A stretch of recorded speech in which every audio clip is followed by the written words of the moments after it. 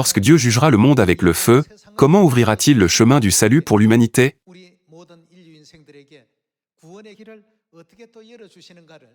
Aujourd'hui, prenons le temps d'étudier la parole de Dieu avec le sermon intitulé « Les deux jugements » et la Pâque, et confirmons ce chemin du salut par la Bible, afin que nous puissions tous marcher fidèlement selon elle.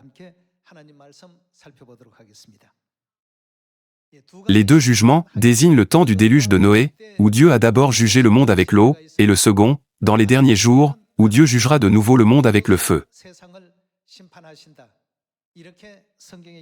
Je suis sûr que vous vous souvenez, et connaissez ces vérités écrites dans la Bible. Pourquoi le monde sera-t-il jugé?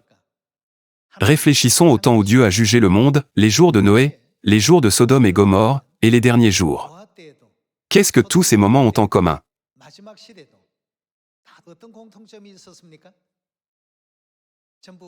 À chacune de ces périodes, le peuple était rebelle, éloigné de Dieu, méchant et immoral. Ce genre de phénomène social existait à l'époque.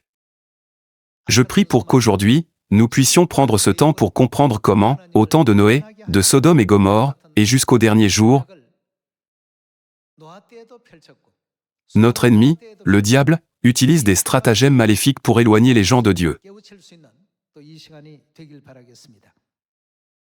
Avec le titre du sermon, « Les deux jugements » et la Pâque, commençons notre étude de la parole de Dieu, en allant d'abord à Hébreux chapitre 11, verset 6. Regardons les paroles dans Hébreux chapitre 11, verset 6. Or, sans la foi, il est impossible de lui être agréable. Sur le chemin de l'Évangile, nous sommes constamment influencés par le monde. Nous nous imprégnons très facilement de notre environnement, et nous nous adaptons à lui, à la façon de penser des gens qui nous entourent, à leur mode de vie, et aux diverses coutumes de notre société. Dieu travaille constamment pour faire de nous une nouvelle création. Il a une volonté et un désir pour nous en pensant, c'est le genre de personne que je veux que vous soyez. Malgré cela, nous sommes souvent influencés par le monde.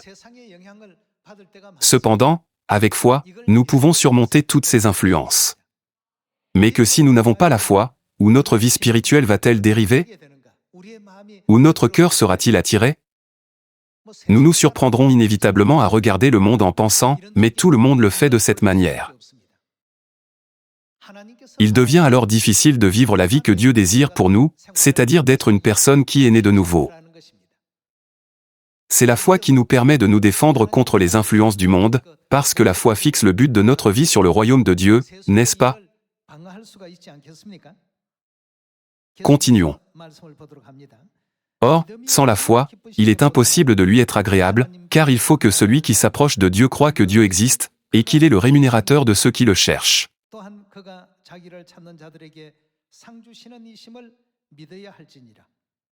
C'est par la foi que Noé, divinement averti des choses qu'on ne voyait pas encore, et saisi d'une crainte respectueuse, construisit une arche pour sauver sa famille.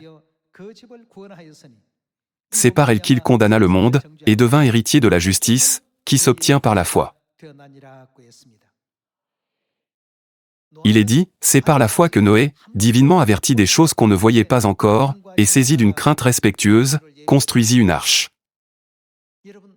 Frères et sœurs, avoir la foi en des choses que nous n'avons pas encore vues, est-ce une chose facile à faire?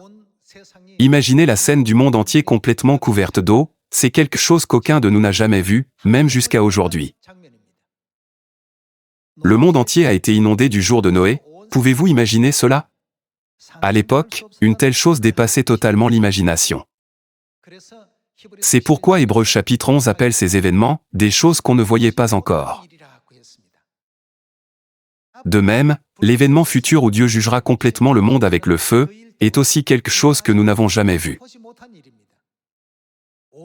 Le monde entier sera englouti dans le feu. N'est-ce pas un spectacle inimaginable? Et pourtant, les Écritures disent que Noé y croyait.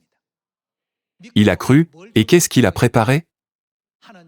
Il a préparé l'arche exactement comme Dieu lui avait ordonné. Confirmons cela dans Genèse chapitre 6, verset 9.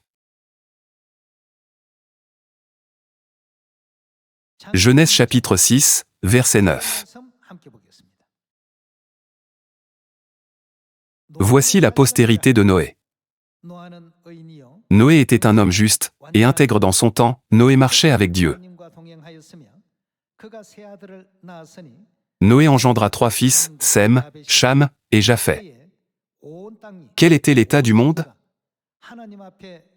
La terre était corrompue devant Dieu. La terre était pleine de violence. En ce qui concerne la moralité et l'éthique, le monde entier était devenu excessivement méchant et corrompu. Regardons le verset 12. Dieu regarda la terre, et voici, elle était corrompue, car toute chair avait corrompu sa voie sur la terre. Alors Dieu dit à Noé, la fin de toute chair est arrêtée devant moi, car ils ont rempli la terre de violence, voici, je vais les détruire avec la terre.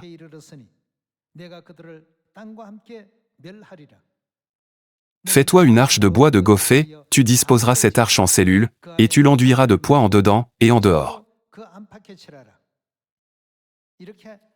Avec ces paroles, Dieu a ordonné à Noé de préparer l'arche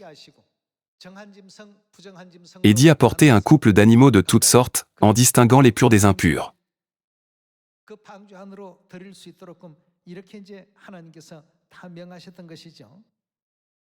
Continuons au verset 21.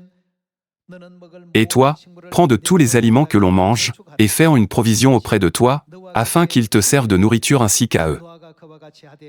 C'est ce que fit Noé, il exécuta tout ce que Dieu lui avait ordonné. Même dans des circonstances où il ne pouvait pas imaginer comment Dieu jugerait le monde avec l'eau, Noé a fidèlement accompli tout ce que Dieu lui avait ordonné. Cela suit le même principe que notre obéissance aujourd'hui au commandement de Dieu, prêcher l'Évangile dans la Samarie et jusqu'aux extrémités de la terre. Aujourd'hui, nous vivons dans une génération méchante et adultère. Pourtant, même au milieu d'un tel monde, Dieu s'efforce de sauver ses enfants bien-aimés. Comme Dieu a préparé l'arche avant de juger le monde avec l'eau, dans ces derniers jours, il a préparé Sion, afin que tous les gens puissent y entrer. De plus, ne nous a-t-il pas confié la précieuse mission de proclamer cela à tous dans le monde entier?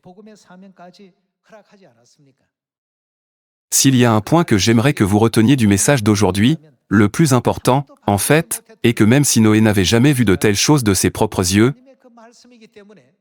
il croyait toujours à la parole de Dieu, exactement telle qu'elle était, et a tout mené comme on lui avait demandé.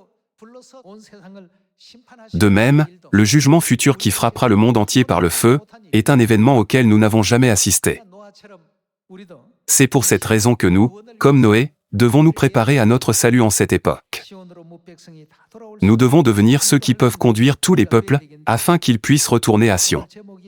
Le titre du message d'aujourd'hui est « Les deux jugements » et la Pâque, et nous pouvons découvrir que les circonstances de ces deux jugements sont remarquablement similaires. Voyons 2 Pierre chapitre 3, verset 6.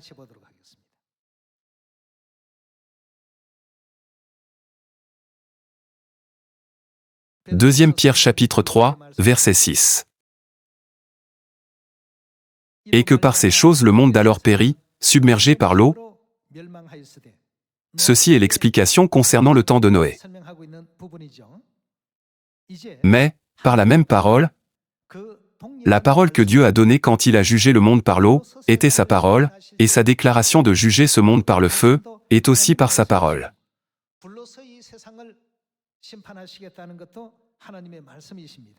Les cieux et la terre d'à présent sont comment? Gardés et réservés pour le feu, pour le jour du jugement et de la ruine de qui? La ruine des hommes impies.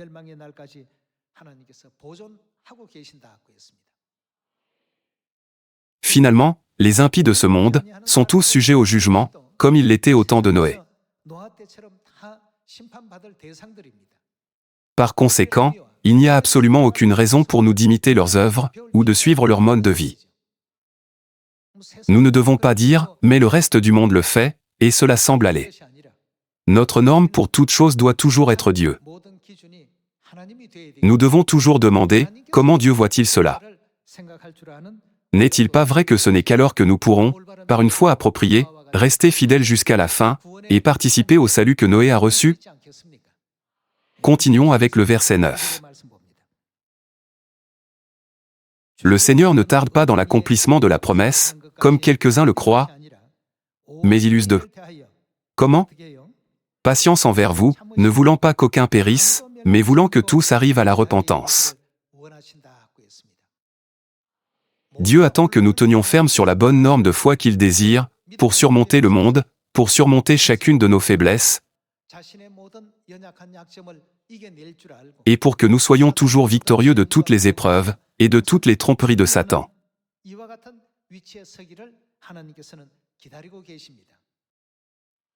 Verset 10.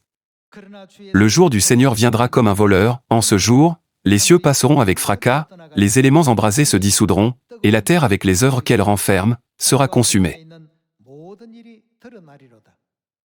Puisque tout cela est en voie de dissolution, comme vous pouvez le voir ici, quel genre de vie Dieu met-il en avant? Combien votre conduite et votre piété doivent être saintes. Ces passages de la Bible nous montrent ce qui s'est passé au temps de Noé, de Sodome et Gomorrhe. Comme les gens devenaient insensibles à la pratique de la conduite pieuse et s'éloignaient loin de la piété, Dieu les gouvernait continuellement avec jugement.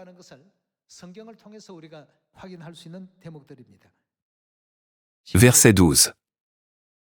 Attendez, et hâtez l'avènement du jour de Dieu, jour à cause duquel les cieux enflammés.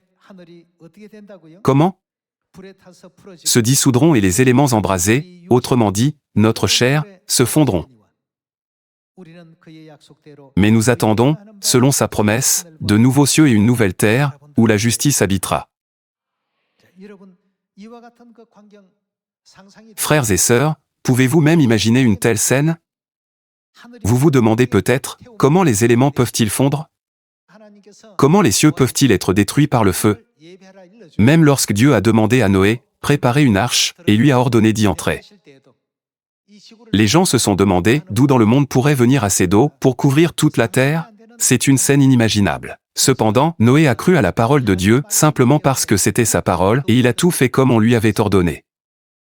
De la même manière, nous devons croire que Dieu jugera le monde entier avec le feu et nous devons entrer à Sion comme il l'a ordonné.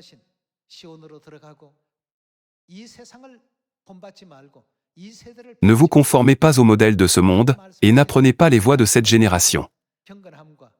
Je crois que notre voyage de foi doit se dérouler dans la piété et la sainteté, selon ses enseignements. Continuons avec le verset 13. Mais nous attendons, selon sa promesse, de nouveaux cieux et une nouvelle terre, où la justice habitera. C'est pourquoi, bien-aimés, en attendant ces choses, que devons-nous faire? Appliquez-vous à être trouvés par lui sans tache et irréprochable dans la paix.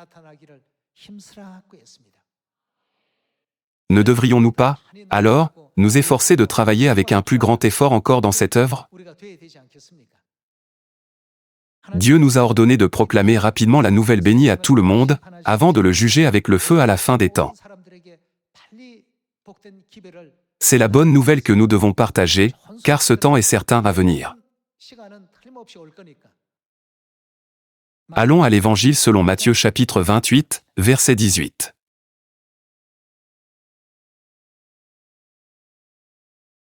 Matthieu chapitre 28, verset 18. Jésus, s'étant approché, leur parla ainsi, « Tout pouvoir m'a été donné dans le ciel et sur la terre.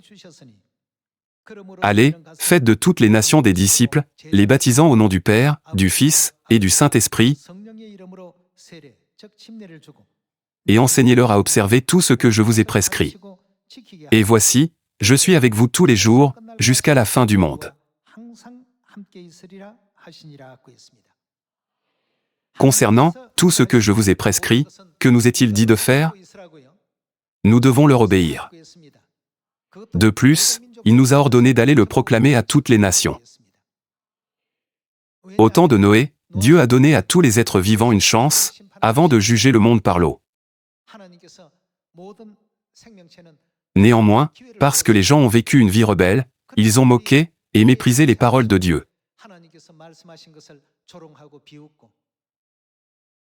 Ils ont aussi moqué et méprisé la parole de Dieu au temps d'Ézéchias, et même en cette époque, ils continuent à se moquer et à mépriser sa parole. Ils refusent de prêter attention aux instructions ou à la conduite que Dieu leur donne. Mais lorsque la mort est proche à leur porte, et qu'ils reviennent enfin à la raison en pensant « Je dois aller à l'arche », leur sera-t-il même possible d'y aller? C'est impossible. N'est-ce pas pourquoi de nombreux membres de la famille de Sion vont maintenant outre-mer avec le cœur de prêcher l'Évangile aux gens qui n'ont pas encore entendu ce message? Ouvrons à Ésaïe chapitre 43 pour lire la parole de la promesse. Quand Dieu jugera le monde avec le feu, il nous délivrera.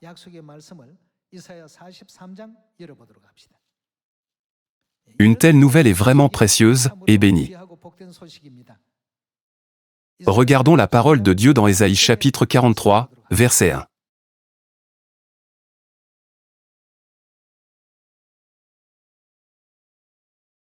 Ainsi parle maintenant l'Éternel, qui t'a créé, ô Jacob. Celui qui t'a formé, ô Israël. Ne crains rien, car je te rachète, je t'appelle par ton nom, tu es à moi. Si tu traverses les eaux, je serai avec toi, et les fleuves, ils ne te submergeront point.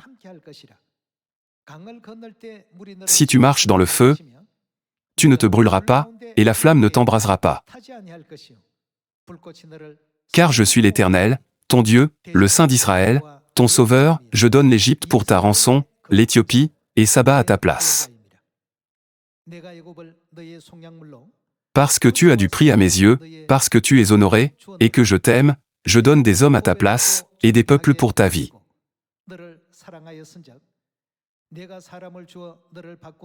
Ne crains rien, car je suis avec toi. Il continue à nous transmettre ce message même aujourd'hui. Au milieu de l'eau et au milieu du feu, qu'est-ce qu'il dit qu'il fera? Il a promis d'être avec nous et de nous délivrer de tout. Allons à Psaume chapitre 91, verset 7.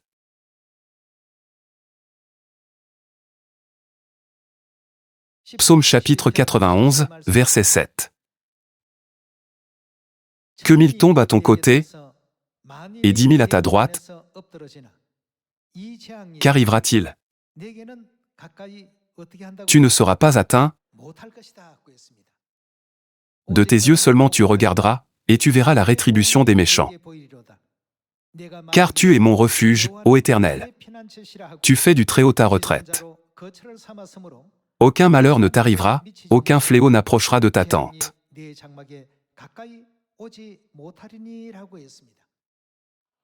Dieu ne promet-il pas d'empêcher le désastre de s'approcher de nous?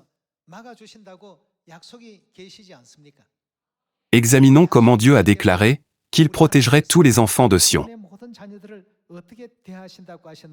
Le jugement par l'eau et le jugement par le feu sont des événements auxquels l'humanité n'a jamais assisté.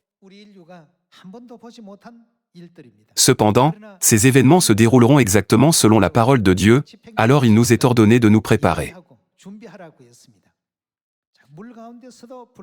Allons à Exode chapitre 12, pour lire la promesse qu'il nous délivrera du milieu de l'eau et du feu. Regardons Exode chapitre 12, verset 11.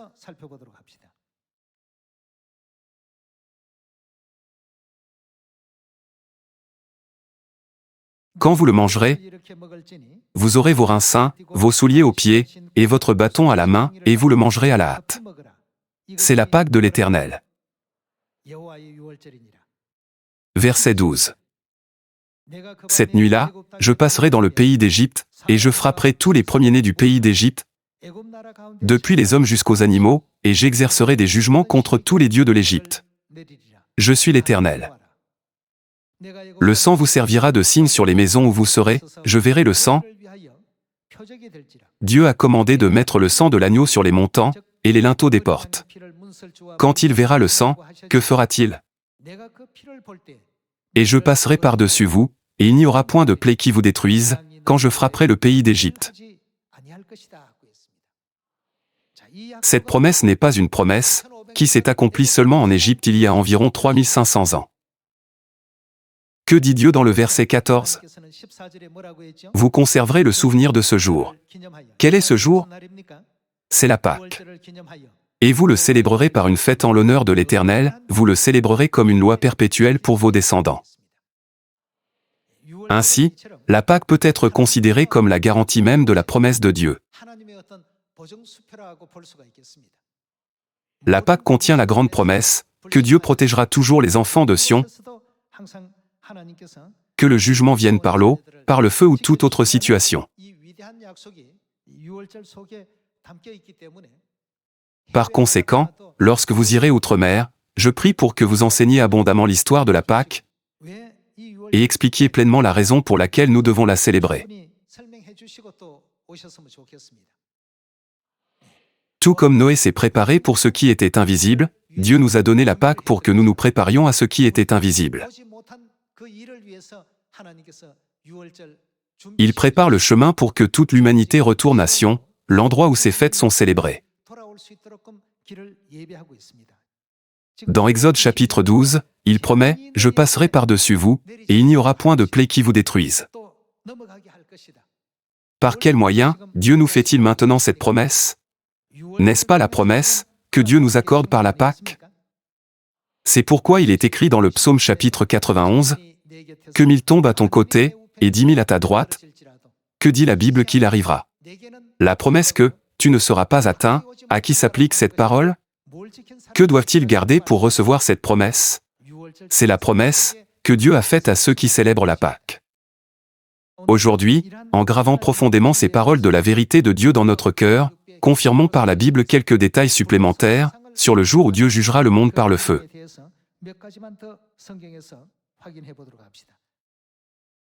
Voyons ensemble Jérémie chapitre 4, verset 9.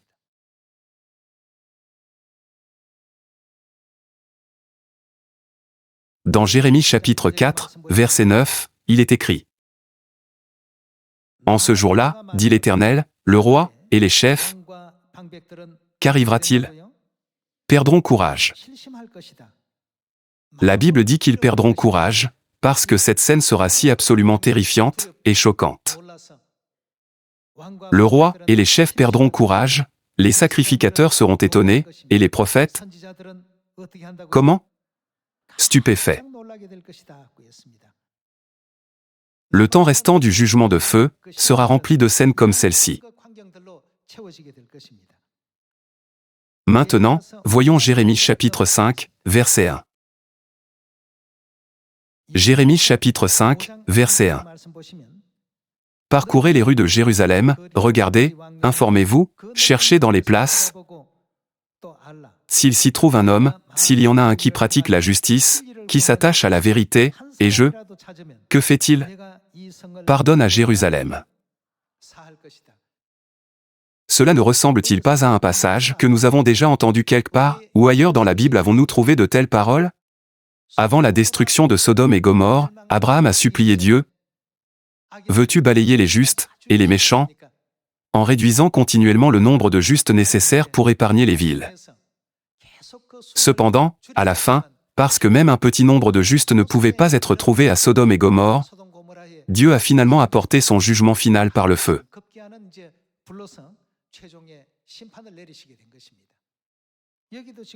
Ici aussi, Dieu dit, « S'il y en a un qui pratique la justice, je pardonne à Jérusalem. » Le monde devient plus méchant, s'éloigne de la justice de Dieu, et s'endurcit spirituellement.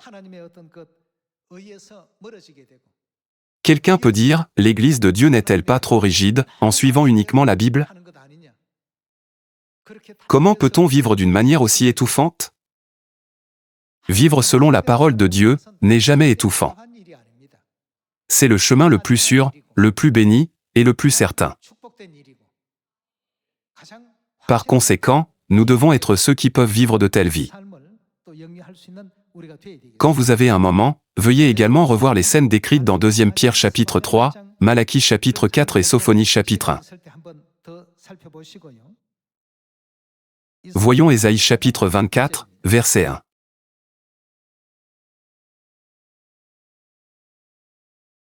Ésaïe chapitre 24, verset 1. Voici, l'Éternel dévaste le pays, et le rend désert, il en bouleverse la face. L'expression « Dieu dévaste le pays » montre à quel point sa colère doit être grande. Bien que ce soit une expression très adoucie en termes bibliques, on peut néanmoins discerner un immense degré de la sainte colère de Dieu. Il est dit que Dieu ne laisse pas simplement la terre telle qu'elle est, plutôt, parce que sa méchanceté transperce maintenant les cieux, il la déserte, et il la dévastera. Il en bouleverse la face, et en disperse les habitants. Et il en est du sacrificateur comme du peuple, du maître comme du serviteur, de la maîtresse comme de la servante, du vendeur comme de l'acheteur, du prêteur comme de l'emprunteur, du créancier comme du débiteur. Le pays est dévasté, livré au pillage, car l'Éternel l'a décrété. Le pays est triste, épuisé, les habitants sont abattus, languissants, les chefs du peuple sont sans force. Le pays était profané par ses habitants, car ils transgressaient les lois, violaient les ordonnances, ils rompaient l'alliance éternelle. C'est pourquoi la malédiction dévore le pays, et ses habitants portent la peine de leurs crimes, c'est pourquoi les habitants du pays sont consumés, et il n'en reste qu'un petit nombre. Le mot est triste, la vigne est flétrie, tous ceux qui avaient le cœur joyeux soupirent. La joie des tambourins a cessé, la gaieté bruyante a pris fin, la joie de la harpe a cessé. On ne boit plus de vin en chantant, les liqueurs fortes sont amères aux buveurs. La ville déserte est en ruine, toutes les maisons sont fermées, on n'y entre plus. On crie dans les rues, parce que le vin manque, toute réjouissance a disparu, l'allégresse est, comment? Bannie du pays. La dévastation est restée dans la ville, et les portes abattues sont en ruine. Car il en est dans le pays, au milieu des peuples, comme quand on secoue l'olivier, comme quand on grappille après la vendange.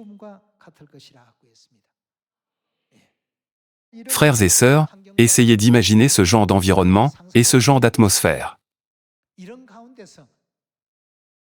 Au milieu de tout cela, la nouvelle selon laquelle Dieu fera passer les fléaux sur ceux de Sion, qui célèbrent la Pâque, qu'il les rachètera, et les conduira au royaume des cieux, n'est-ce pas là la plus belle, et la plus merveilleuse de toutes les nouvelles?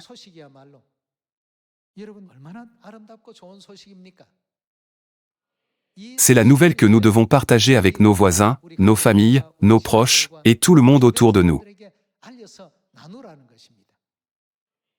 Nous ne transmettons rien qui puisse blesser le monde. Nous apportons le plus grand avantage à l'humanité. Parfois, hésitons-nous ou avons-nous peur de donner quelque chose de bien à une personne? Vous diriez, je veux partager quelque chose avec vous. Vous l'aimeriez absolument. Vous ne le savez pas encore. Que ce soit l'anniversaire de votre enfant, ou l'anniversaire de vos parents, lorsque vous préparez un cadeau, ne le donnez-vous pas en pensant, ils seront si heureux, lorsqu'ils ouvriront cela?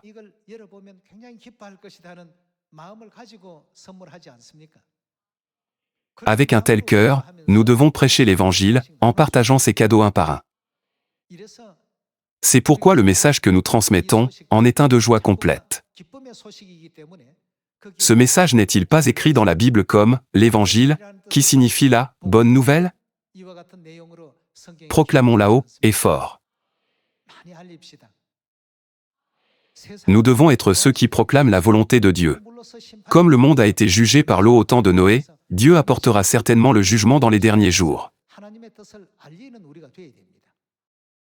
Mais il ne s'agit pas seulement d'événements effrayants et étonnants, la promesse du salut de Dieu est également présente. Par conséquent, conduisons toutes les âmes à la vérité de vie de la Pâque. Avec un tel cœur, disons à tous les peuples, ne manquez pas cette occasion, mais saisissez-la. C'est une dernière occasion spéciale, alors joignez-vous à nous pour la Pâque, la fête de la vie. Et recevez les bénédictions et la grâce de Dieu. Avec ce cœur, nous devons certainement prêcher le précieux évangile de la Nouvelle Alliance à tous les peuples du monde. Dieu a donné sa parole que ces deux jugements s'accompliront sûrement. Mais parce que les gens du monde agissent imprudemment, cela ne signifie pas que nous devons être entraînés avec eux. Au contraire, dans les enseignements de Dieu, si Dieu dit « ce n'est pas saint », ce n'est pas pieux, alors nous devons repousser ces choses loin de nous. Ne sommes-nous pas le peuple de Sion, qui apprend et suit les enseignements de Dieu? Alors, nous devons demander, quels sont les enseignements que l'on trouve à Sion? Et nous devons également demander, comment Dieu nous guide-t-il en cette époque? Si nous devenons le peuple de Dieu, qui prête toujours une attention particulière à sa conduite, et sait comment la suivre, je suis confiant que Dieu conduira son peuple en toute sécurité dans le royaume éternel des cieux, même dans cette génération méchante et adultère. Par conséquent, nous devons nous demander, pourquoi les gens ont-ils été jugés au temps de Noé, et au temps de Sodome et Gomorrhe? Et pourquoi cette dernière époque est-elle maintenant confrontée au jugement de Dieu? Je vous exhorte à ne jamais l'oublier. Dans de tels endroits, les gens faisaient toujours tout en opposition aux enseignements de Dieu. La leçon que Dieu nous a donnée aujourd'hui à travers les deux jugements et la Pâque est que c'est sa volonté de nous préparer pour cette époque, comme il l'a fait pour le peuple au temps de Noé. Je prie sincèrement que vous preniez cela à cœur, afin que vous puissiez tous accueillir avec joie la Pâque de cette année. En espérant que vous avez reçu beaucoup de grâce, j'aimerais conclure le sermon d'aujourd'hui. Merci beaucoup.